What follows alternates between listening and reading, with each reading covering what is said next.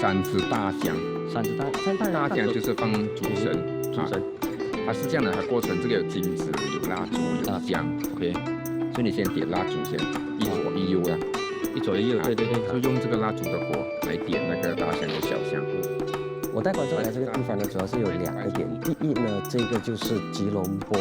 开埠功臣之一叶亚来。那么叶亚来的特别的身份呢，就是他是客家人，他是客家惠州。而吉隆坡开埠的其中一个最主要的原因呢，就是在这里发现锡矿。而叶亚来呢，就是当时的矿工领袖。而这个先是师爷庙，当时的成立呢，就是叶亚来供奉他的上司是贾碧丹、盛明利。那么盛明利在芙蓉，在森美兰的一个地方，在那个时候呢，有发生内战，他牺牲了，然后叶亚来就带着他的这个神主牌来到吉隆坡，然后就在他的家的后院先供奉，之后呢就慢慢设立庙，就有了吉隆坡的先世师爷庙。这个呢就是神龛，就是当先世师爷庙还没有建立起来的时候呢，叶亚来就是在这一家的后院设立一个小小的神龛来供奉圣灵。所以后来就现在我所在的位置呢，就是一家博物馆，就是纪念叶亚来以及其他先贤开埠吉隆坡的历史珍贵的历史事件。而且这一所博物馆呢是民办的博物馆，它收集了各个不同地方以及不同人物曾经参与发展吉隆坡，所以这些是非常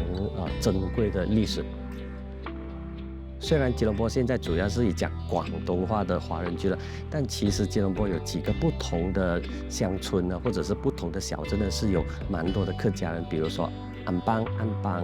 然后呢，还有呢就是沙登、水可芒啊这些地方呢，都有很多的客家人，而且客家人在那个地方除了从事采矿之外，也参与了其他当地的经济活动，比如说洋货店，或者是药材店，甚至是当铺，这些呢都是客家人的经济活动之一。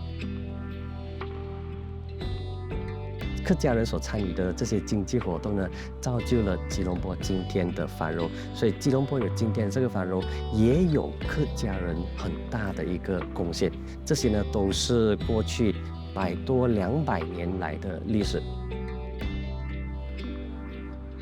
吉隆坡对我来说小时候对于我来讲，吉隆坡呢就是联想到一位人物，就是叶亚来。不过当时并不真正了解叶亚来，只知道叶亚来是一个历史上的人物。那么后来才发现到说，原来叶亚来是客家人，所以就对吉隆坡有了更深一层的这个感情跟这个纽带的这个连接。那么后来慢慢的了解更多吉隆坡以及周边的一些刚才提到一些小镇那些